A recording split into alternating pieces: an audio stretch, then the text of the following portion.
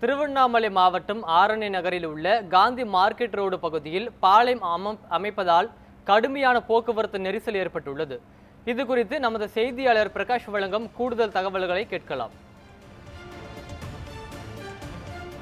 பிரகாஷ், திருவண்ணாமலை மாவட்டம் ஆரணி நகரில் உள்ள காந்தி மார்க்கெட் ரோட் பகுதியில் நெடுஞ்சாலைத்துறைக்கு சொந்தமான இந்த சாலையில் சிறு பாலம் அமைக்கும் பணி நடைபெற்று வருகிறது. இதன் காரணமாக நெடுஞ்சாலைத்துறையினர் இந்த நெடுஞ்சாலை பகுதியை ஒரு வழி சாலையாக மாற்றம் செய்யப்பட்டு போக்குவரத்து மாற்றம் செய்து அதற்கான அறிவிப்பு பதாகைகளை நெடுஞ்சாலை ஓரம் வைத்து வாகனங்கள் சென்று கொண்டிருந்தன.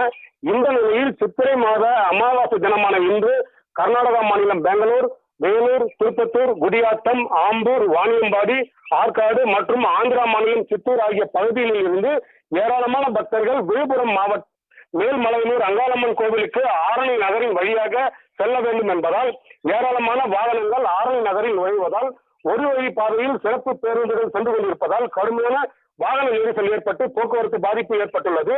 ஏராளமான பேருந்துகள், கார்கள் மற்றும் அணிவகுத்து நின்றதால் மேலும் தொடர்ந்து வாகன நெரிசல் ஏற்பட்டு போக்குவரத்து பாதிப்பு ஏற்பட்டுள்ளது. இதன் காரணமாக ஆரணி நகரில் இருபுறமும் 2 கிலோமீட்டர் தொலைவிற்கு வாகனங்கள் அணிவகுத்து நின்றதால் மத்திய வேளையில் என்பதால் கடுமையான வெயில் வாட்டி வதைக்கும் வேளையில் வாகனங்கள் அதிக அளவில் அணிவகுத்து நிற்பதால் வாகன நெரிசலில் பயணிகள் கடுமையாக பாதிக்கப்பட்டு தவித்து வருகின்றனர்.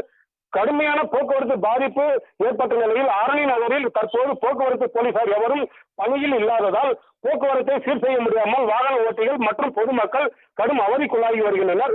பேருந்து ஓட்டுநர்கள், வாகன ஓட்டிகள் மற்றும் பொதுமக்களே போக்குவரத்தை சீர் செய்து வருவதால் குறைந்தபட்சம் 2 மணி நேரத்திற்கு மேலாக கடுமையான போக்குவரத்து பாதிப்பால் ஆரணி நகரில் மக்கள் கடும் அவதிக்குள்ளாகி வருகின்றனர். பிரகாஷ், கூடுதல் விவரங்களை தந்தமைக்கு நன்றி பிரகாஷ்.